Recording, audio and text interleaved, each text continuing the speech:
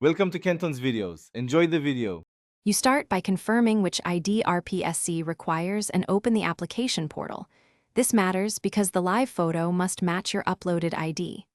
Once ready, position yourself against a plain, evenly lit wall, no hats or sunglasses. Make sure the camera is at eye level and the frame is 3:4. This provides the correct crop. Use a tripod or a stable surface to avoid blur. You should check resolution settings and disable beauty filters, so the image remains true to life. You now compose the shot. Center your head and shoulders within the 3:4 frame and leave a little headroom for cropping. Make sure lens focuses sharply on your eyes, tap the screen if needed.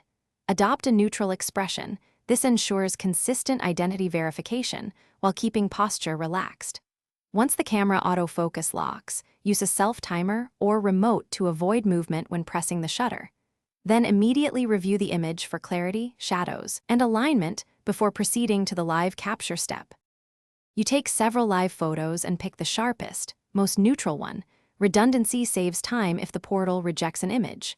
Once chosen, crop to Rpsc dimensions and export as the required file type and size. Upload directly to the application portal, then review the preview to confirm alignment with your ID. If the portal rejects the photo, check resolution, background, or file size first. Recapture under brighter, even lighting, and retry. That single change fixes most common upload failures. Thanks for watching. Consider subscribing if we helped you.